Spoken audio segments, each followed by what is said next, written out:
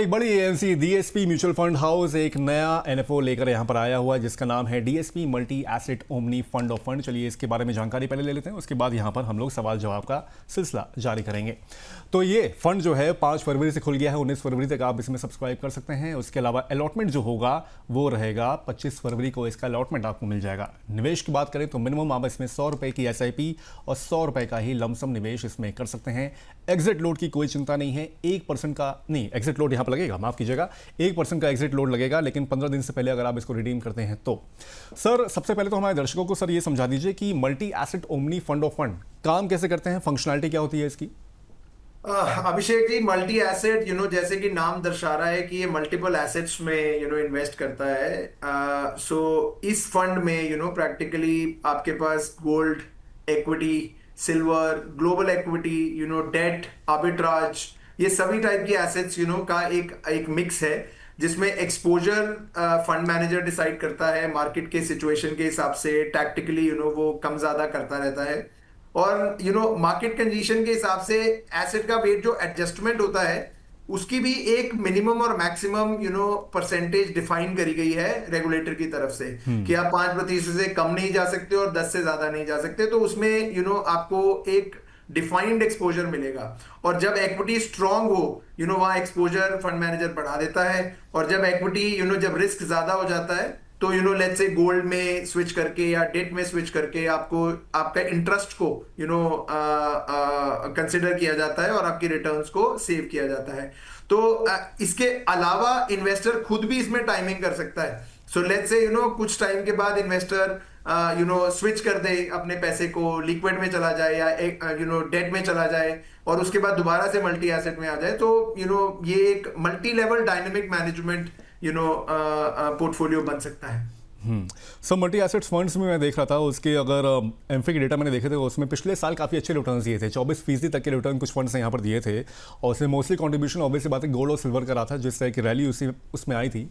तो multi asset allocation funds को भी इसमें सपोर्ट मिला था। लेकिन 2024 थोड़ा सा पहले जाएं तो 2024 तक बहुत आंकड़े उसके अच्छे नहीं थे मल्टी एसेट फंड्स की, खासतौर पर अगर बात करें।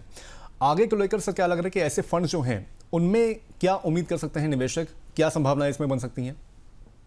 देखिए अभिषेक जी, अगर हम सर्टेनिटी से ये बोलें कि गोल्ड और सिल्वर में आने वाले समय में रिटर्न अच्छी आएगी तो definitely multi asset will make sense. So जैसे कि अभी हमने देखा है recently after the tariff deal का जो पॉजिटिव अनाउंसमेंट आया है और टैरिफ रिड्यूस कर दिए गए हैं तो उससे इक्विटीज में भी एक मोमेंटम बिल्डअप होता नजर आ रहा है।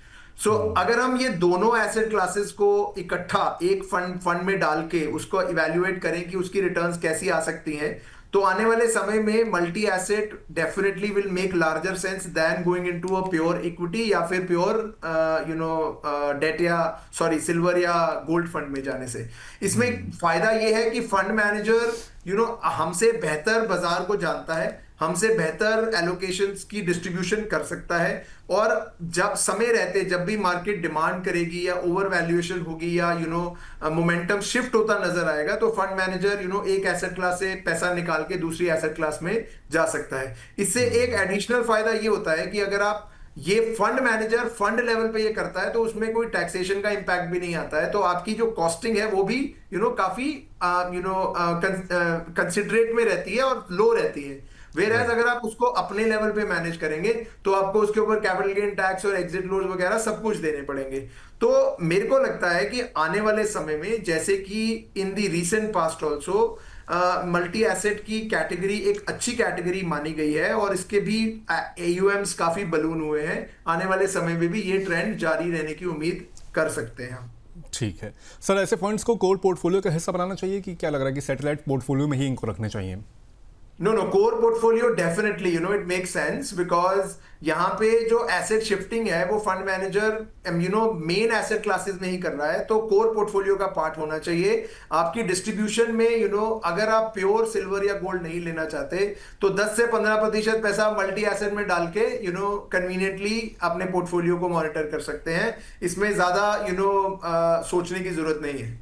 ठीक है, तो कोर पोर्टफोलियो का हिस्सा यहाँ पर इस फंड को, ऐसे फंड्स को यहाँ पर बनाया जा सकता है। लेकिन सर किस तरह के निवेशकों के लिए फंड सही होते हैं और कितने समय का यहाँ पर हॉरिजॉन रखना चाहिए निवेश के लिहाज से?